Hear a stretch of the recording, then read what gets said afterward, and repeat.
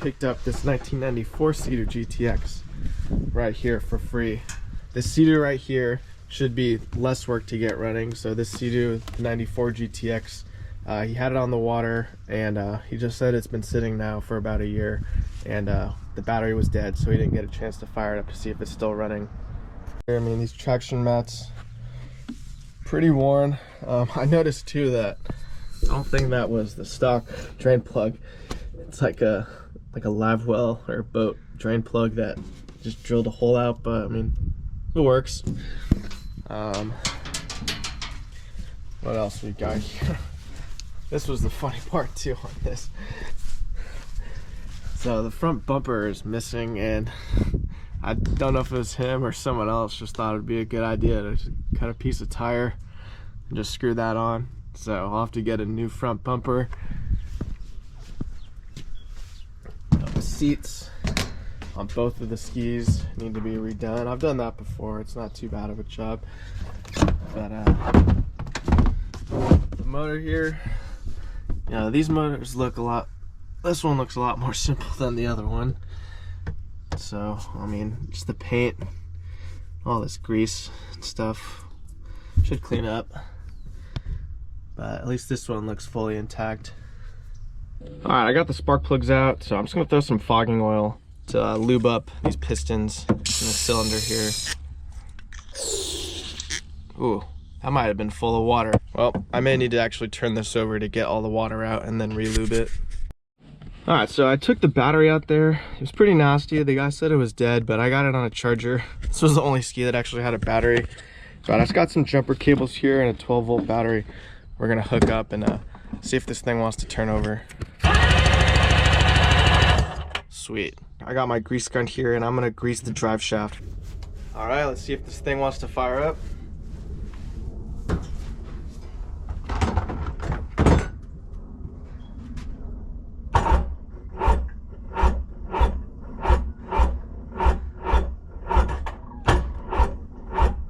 Starter isn't really turning over that much. Turns out my battery was dead, so I charged it for a few hours. Let's see if it turns over.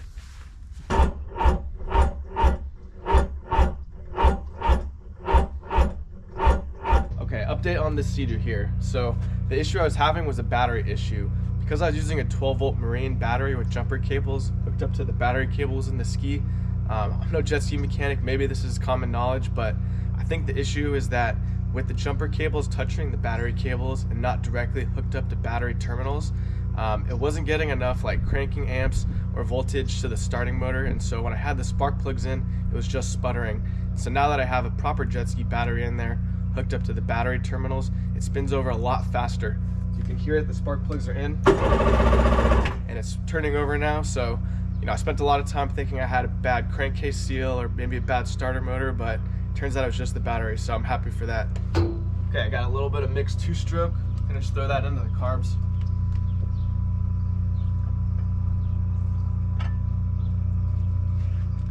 Let's fire up.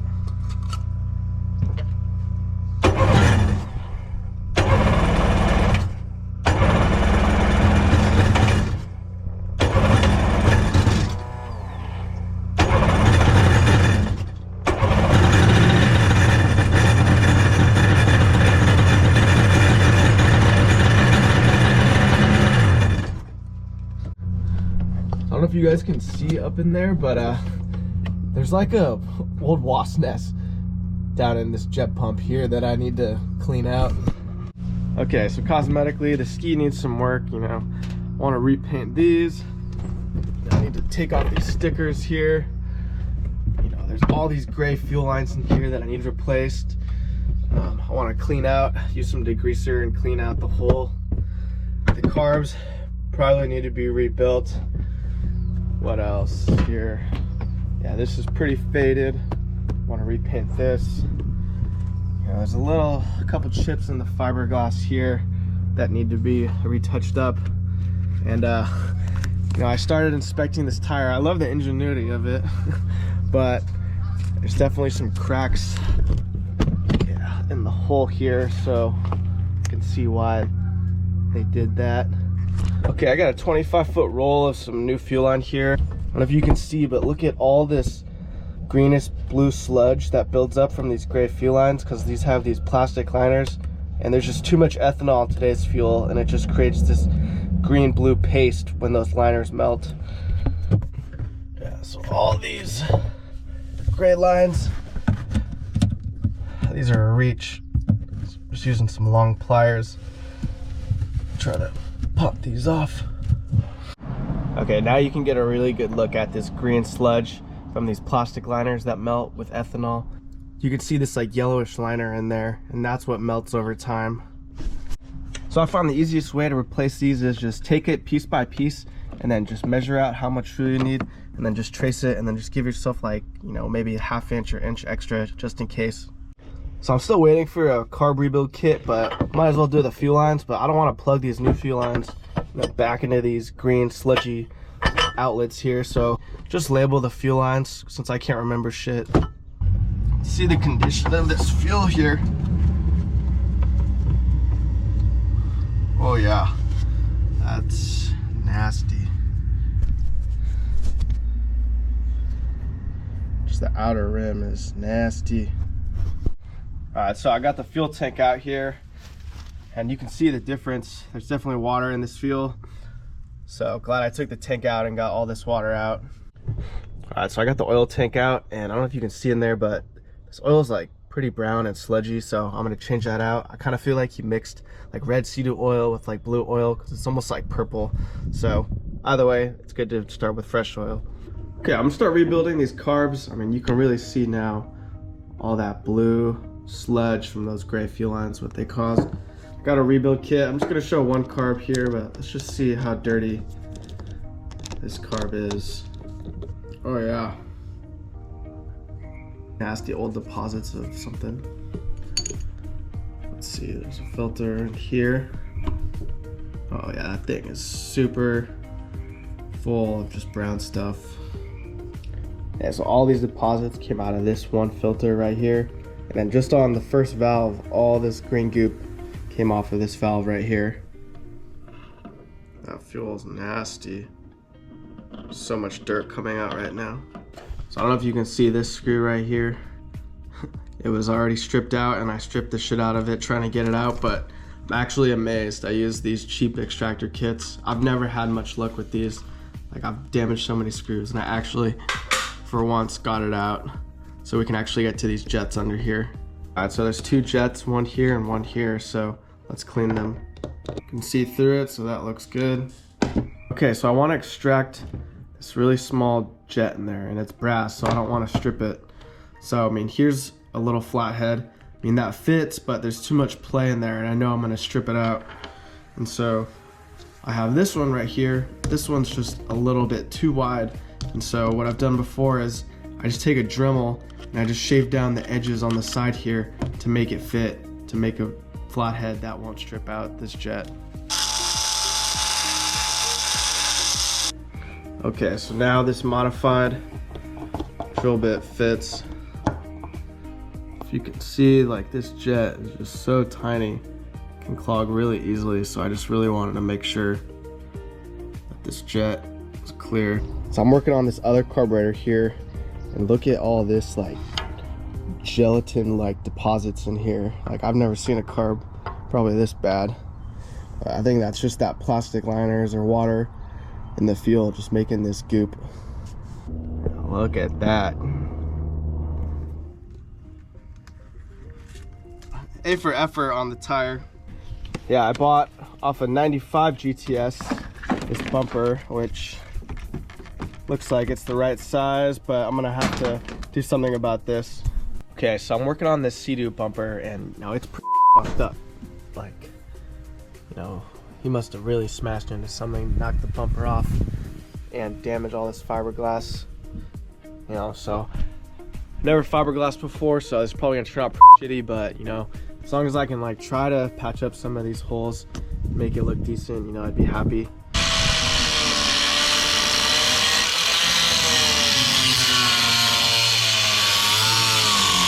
I'm trying to get this top piece here as level as I can to this bottom piece.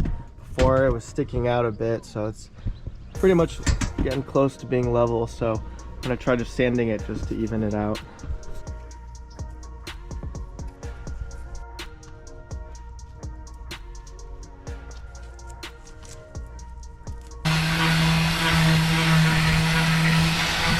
Oh, you know, it's hard as a rock.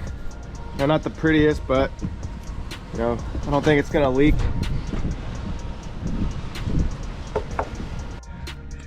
Well, I think that's the best we're gonna get.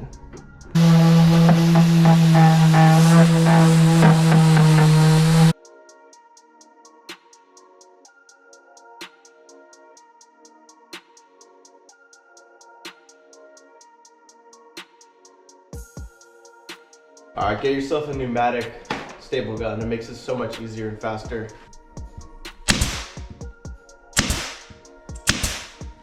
All right, she's done.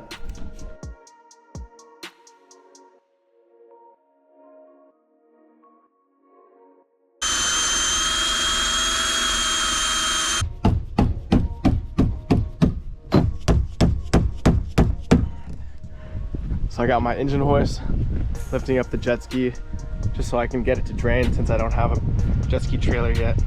So then all this stuff can drain out here. Yeah, I don't recommend doing it like this.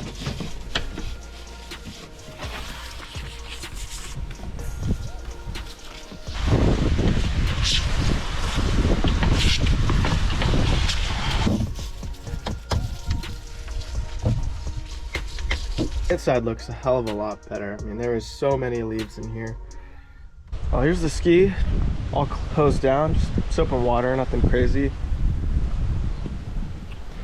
But yeah, I mean, for a free ski, I think it turned out pretty good. You know, I could spend like days and hours, like, you know, replacing the decals, you know, touching up like a couple nicks on the paint and fiberglass. But at the end of the day, it's a free ski. I just want to ride the damn thing. So I think this is good enough for me. Okay, this was my first time firing it up since rebuilding the carbs, placing the fuel lines. I put some fresh fuel in it right now and some fresh oil.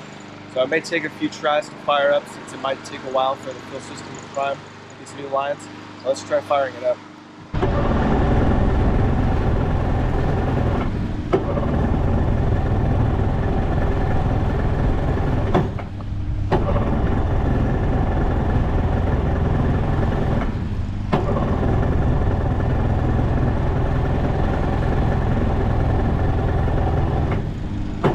Update on the ski.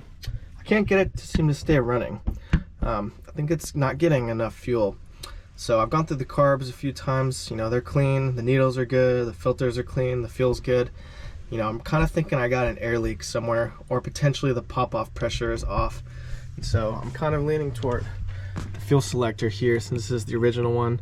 It doesn't have a good seal, or maybe it could be some of my hoses. You know, I've even tried like priming the system with the primer bulb onto this fuel line here. This is where the fuel comes in to the mag carb and then transfers it over to the other carb, but that didn't seem to fix the issue. So yeah, let's see if replacing this and tightening down all these fuel lines fixes our no fuel issue.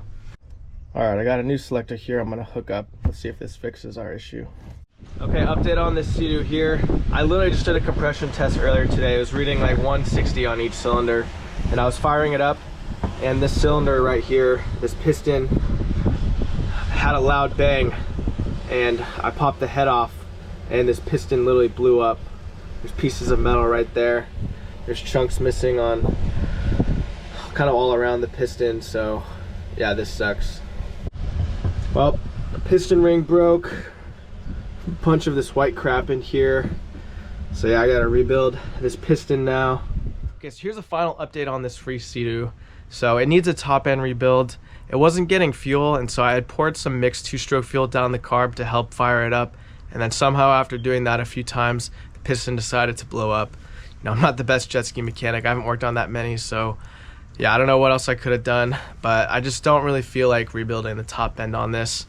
And so I put already a lot of time, effort, and money into this. I have a lot of other projects, so I think I'm just gonna, yeah, just sell it as is and just move on to the next project. You know, not every project is a win, and so unfortunately this one, as much as I do want to get it up and running on the water, I think I'm just gonna sell it as is and move on to the other projects I have. And so an update on my Yamaha Wave Runner that I had. So I actually rebuilt the top end on that since it needed that. And I didn't get all the pieces of the piston and metal shavings that had broken off. And so after firing it up, I screwed up that motor and I lost compression on that motor. So I just really don't want to pull the whole motor out of this SeaDoo here and rebuild it and do that again. So yeah, again, I'm just gonna sell it as is. You know, I do have another project behind me here. I picked up a stand-up jet ski. I've never ridden one, so stay tuned for a video of me getting this up and running. But yeah, just wanted to give a final update and still wanted to post the video and kind of show all the work I had done to the SeaDoo, just to get an idea if you're gonna buy, you know, an old SeaDoo, what kind of work you're gonna need to do to get it up and running. You know, you win some, you lose some. So fortunately, you know, this one is a loss, but you know, I'll still make a little bit of money on it since I got a trailer for it for pretty cheap. But yeah, if you guys like these types of videos, please like and subscribe. I'll see you on the next one.